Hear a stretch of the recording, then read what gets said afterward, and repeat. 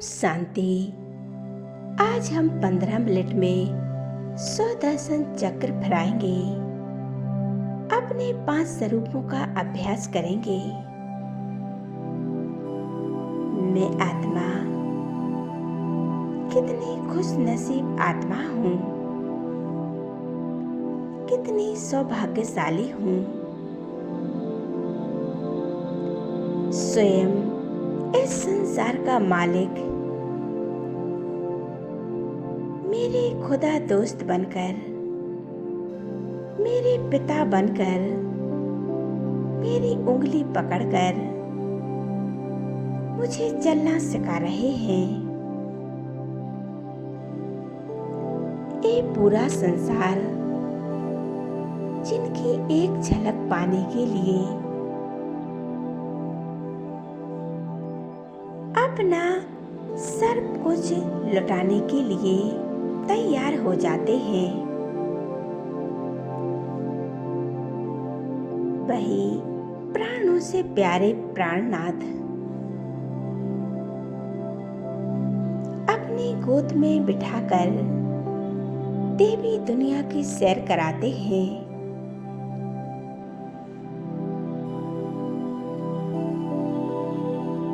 बाप दादा की उनकी बाहों को अनुभव कर मैं आत्मा एकदम आनंद विभोर हो रही हूँ।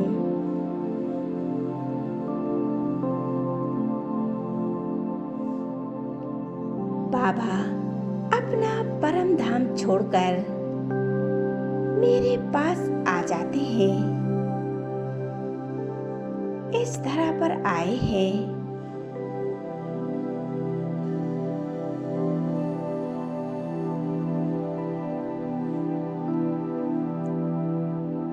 बाबा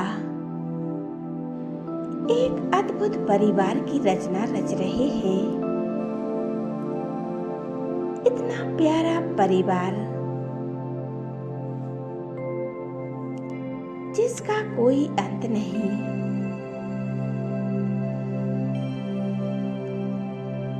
मैं आत्मा ऐसे प्यारे परिवार का, मैं ऐसे परिवार का राजा बच्चा हूँ। एक कितना सुंदर देवी परिवार है।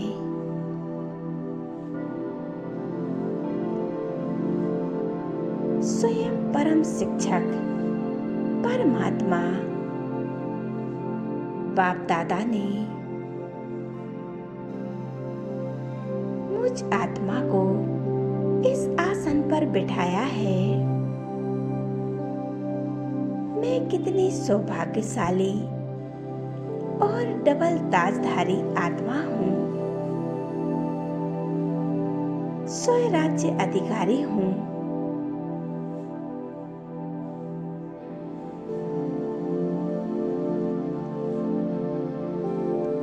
मैं आत्मा अनेक स्वयमानों से सजी हुई एक देवकुल की आत्मा हूँ। मैं अपने स्वरूपों का अनुभव कर रही हूँ।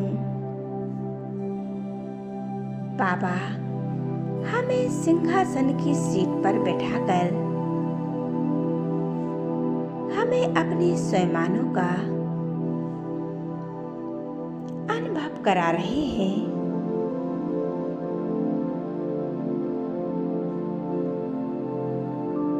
मैं आत्मा बाबा के साथ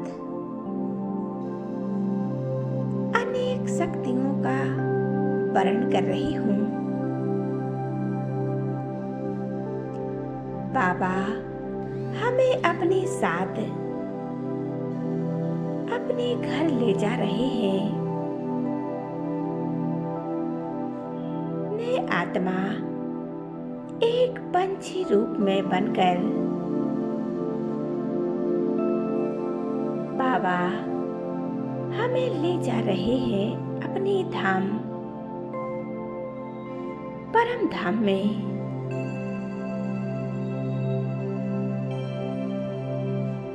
ये कितना मधुर बेला है। परम धाम ये शांति का परम धाम है। ये शांति का लोक है जहाँ आवाज से परे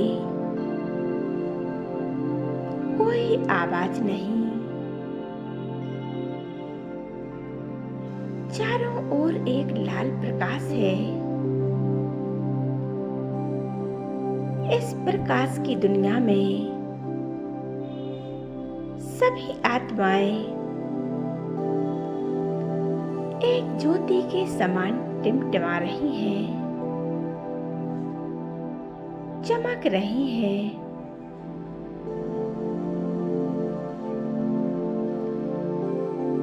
यहाँ पर जो भी आत्माएं हैं वे स्वयं को एकदम शक्तिशाली महसूस कर रही हैं। परमात्मा से निकलता हुआ प्रकाश हम सभी आत्माओं में समा रहा है।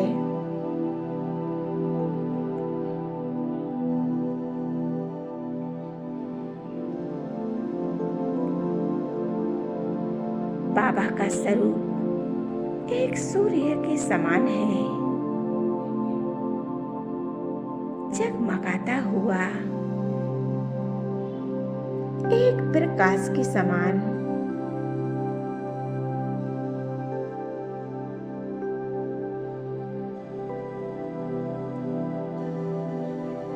अनुभव करें, मैं आत्मा चारों ओर खुशहाली ही खुशहाली है। अब मैं आत्मा पहुंच गई हूँ सोने के महलों में, जहाँ चारों ओर हरियाली हरियाली है। चारों ओर मोर पंछी चहक रहे हैं। इन फूलों की सुगंध चारों ओर फैल रही है।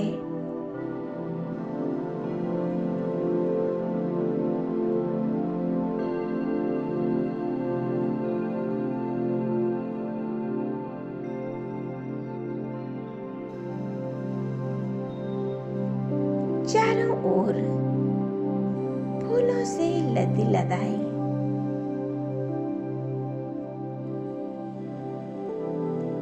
और एक चारों ओर पक्षी और देवी देवता भ्रमण कर रहे हैं। सोने की विमानों में भ्रमण कर रहे हैं। ये प्रकृति का कितना सौंदर्य है।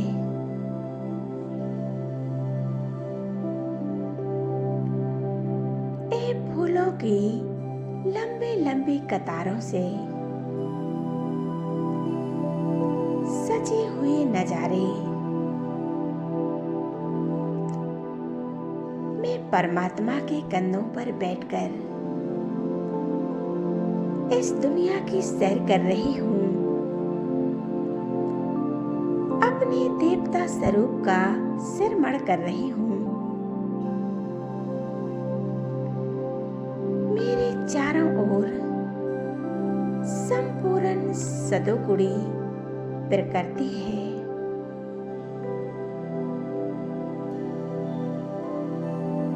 इन नजारों को देखकर मेरा मन एकदम खुश प्रफुल्लित हो रहा है। देवी देवता वास कर रहे हैं।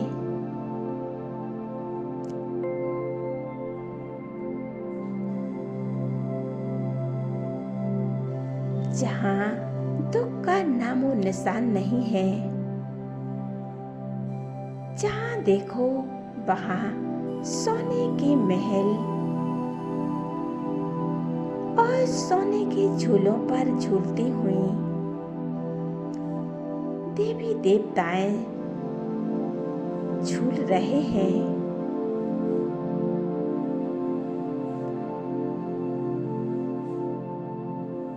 इस मनमोहित दृश्य को देखकर मैं आत्मा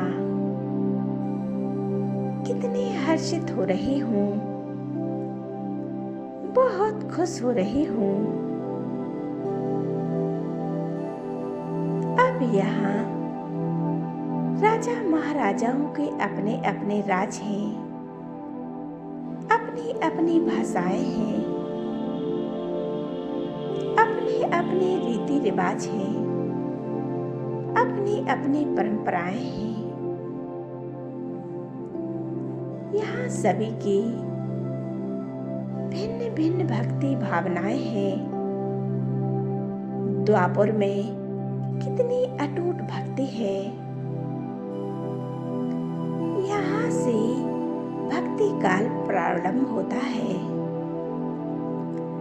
यहाँ से शुरू हो जाती है भक्ति मार्ग।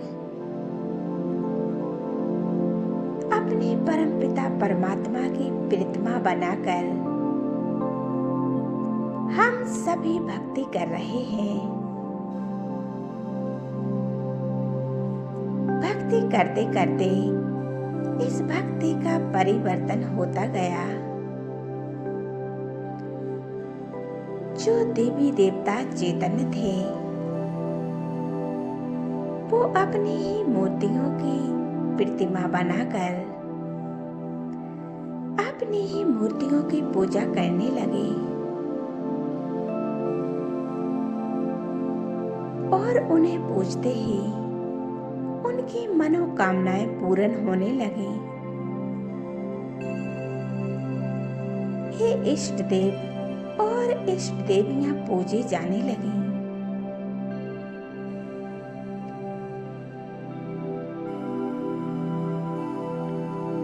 धीरे धीरे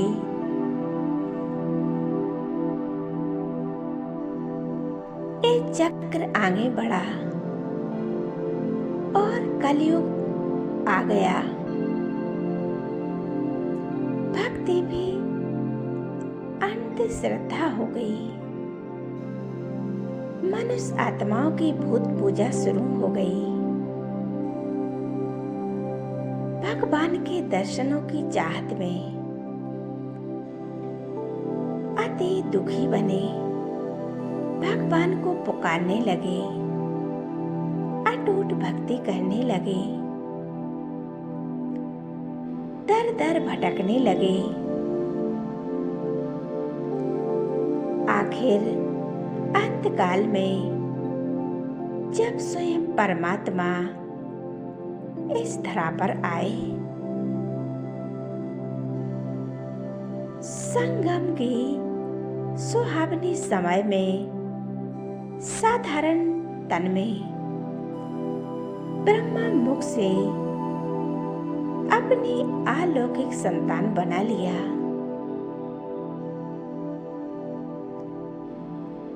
जन्म जन्म की प्यास ज्ञान अमृत से बुझ गई। हम सभी आत्माओं को तृप्त कर दिया। भक्ति का फल ज्ञान दिया। उसी ज्ञान और योग के अभ्यास से हम आत्माएं जन्म जन्म के पापों से मुक्त हो गई। हम आत्माएं फरिश्ते स्वरूप का अनुभव करने लगे।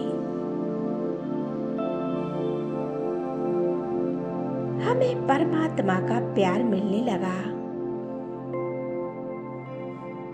अब मैं फरिश्ता बनकर आकाश में भ्रमण कर रही हूँ।